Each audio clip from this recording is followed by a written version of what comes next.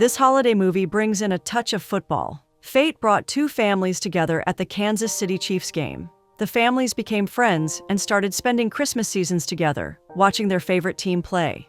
During one of the stadium games, Alana's father proposes to her mom, and a few years later, the Chiefs' biggest fan is born. She believes her family is the reason the team started winning championships again.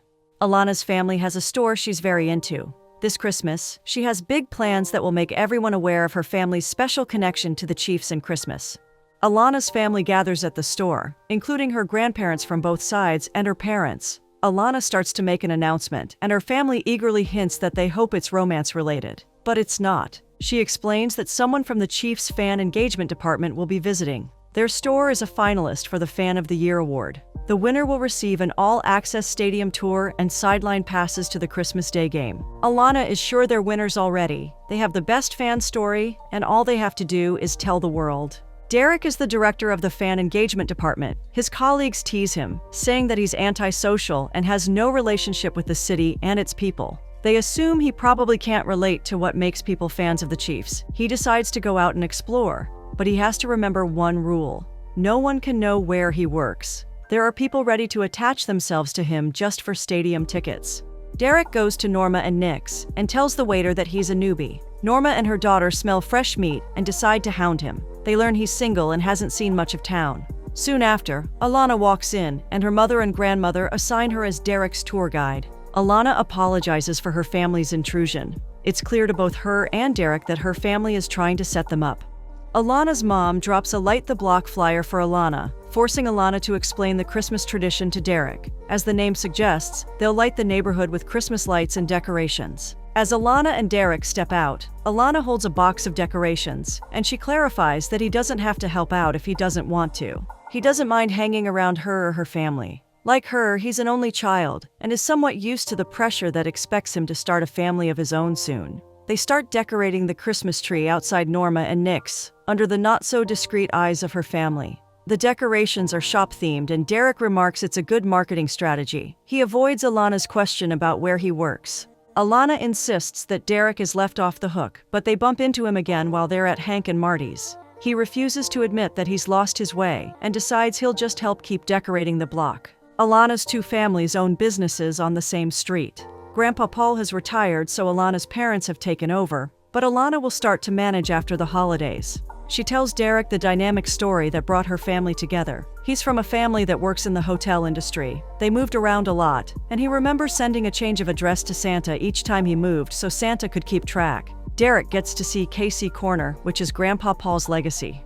It's Chiefs-themed, and Alana proudly announces that they're big fans. Alana's mom wants to gift Derek a hat, and after looking around, he takes an interest in one that's not for sale. Alana explains the hat is part of a tradition. The Chiefs get to the Super Bowl when someone in their family wears the hat on Christmas. Derek does a bad job of hiding his disbelief and skepticism, so Grandpa Paul enters story mode. December 1969. Paul was the only one who stopped to give charity to Santa out in the cold. In return, Santa gave him a Christmas hat and told him his Christmas wish would come true when he wore it. Paul wore it on Christmas Day, and the Chiefs made it to the Super Bowl. The family didn't know the significance of the hat until it mistakenly got sold. The Chiefs were a lost cause for 50 years. In 2019, the hat found its way back to the store, and Paul wore it on Christmas Day. The Chiefs made it to the Super Bowl. Hank wore it in 2022, and Alana wore it in 2023. No one wore it in 2021, so it's no surprise that the Chiefs lost that year. The Chiefs don't always win the championships when they wear the hat, but they do at least make it to the Super Bowl. Derek is still skeptical, and it causes a mood change. The family turns from super sweet to cold. Alana especially. He reads the room and awkwardly leaves the store. The next day at work, Beth announces they have 3 finalists, and Derek has been assigned to Alana's family. When he gets to KC Corner, Alana is still cold. She's shocked when he reveals he's a director of the fan engagement department, and the news makes her more apprehensive towards him. He explains that they met before his assignment by mere coincidence.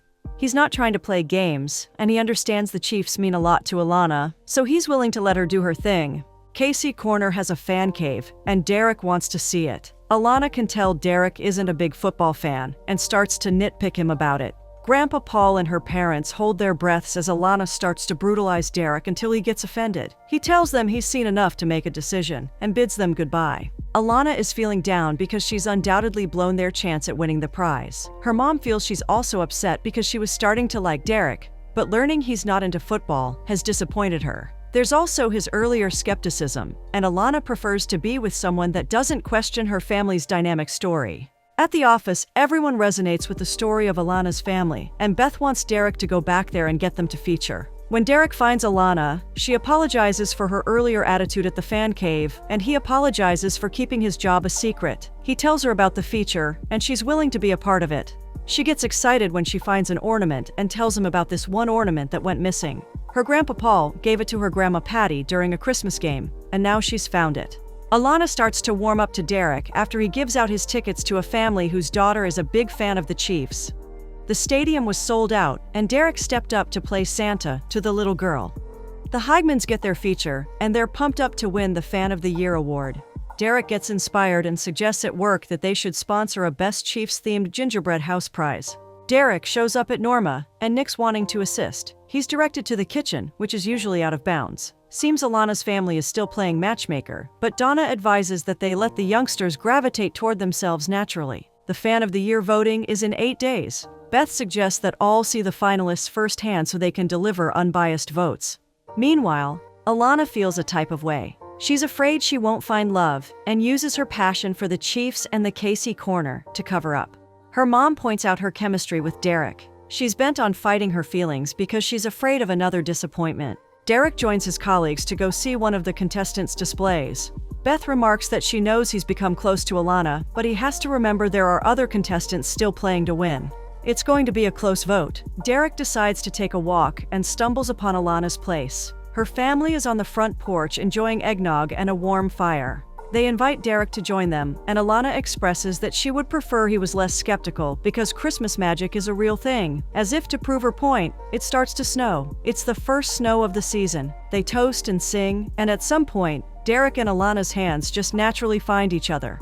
Alana got invited to Derek's staff party. She insists that it's strictly work-related and not a date. The other finalists will be there.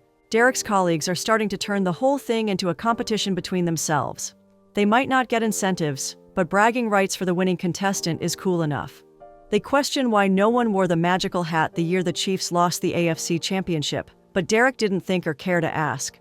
Derek takes Alana to the party at the penthouse. She meets Trey Smith, who's heard the hat story, and hopes it still holds its magic for their upcoming game. Meeting Alana had taught Derek a lot. He's done his research on the team players, so he understands why meeting Trey would excite Alana.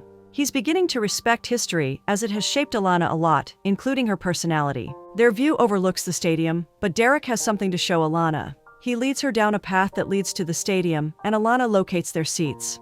Just before their first kiss, Alana tells him why no one was wearing the hat the year the Chiefs lost. Grandpa Paul was hospitalized, but trusts that football was still on his mind. They owe their family to it. They're ready to go on an official date, and Alana knows where they should go. She takes him to the town square, somewhere she and her family visit every Christmas. They ice skate, then they try Christmas-themed drinks at the bar. Turns out Alana doesn't just love football, she can play too. Derek admits he's never been attached to anywhere, but he's warmed up to Kansas City with Alana by his side. Alana and Derek share their second kiss just outside KC Corner. She's always known she would inherit the shop, but she's had her doubts about love. Fate brought her grandparents and then her parents together.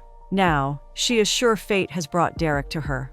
Derek watches the Chiefs play with Alana's family. They lose the game, and their chances of winning are becoming slim. But Christmas Day is approaching, and the Chiefs' biggest fans still have their secret weapon. As for the Fan of the Year award, Derek promises to let them know the results as soon as possible. He comes in person to give them the award after they've been waiting anxiously for hours. Grandpa Paul is proud of both Alana and Derek for going the extra mile for the family. The magic hat goes missing at a Christmas function. At a critical time, too. The Chiefs will be having a playoff because several opposing teams scaled through.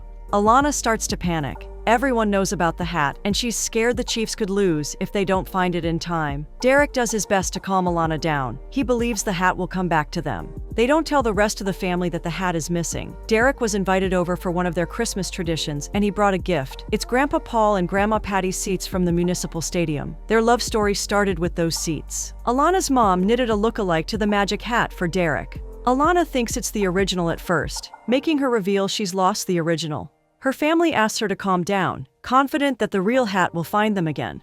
Alana and Derek fight over the missing hat. He calls the hat silly, and she believes losing the hat means they're not meant to be. Her family finds her sulking in the fan cave and talks some sense into her. Alana gets cold feet on the day of the game. The Youngs and the Higmans are supposed to be announced before the game begins, but Alana can't face the crowd. Her family leaves without her with the hope that she will change her mind. She gets a sign that causes her to indeed change her mind. And after her family is introduced, she tells the crowd that the original hat is gone. But Christmas magic still exists, and there's still faith no matter what. Turns out that Derek arranged for everyone at the stadium to get unique Christmas gifts, their own Chiefs-themed Christmas hat. Derek gets to sit with Alana and her family. They never sold Grandma Patty's seat because they wanted the right person to come fill it. It seems like that person is Derek. The original hat finds them, delivered by Santa himself. Grandpa Paul is in awe because he looks like the same Santa who gave him the hat many years back. Alana decides they won't be needing the hat's magic though. They have all the magic they need.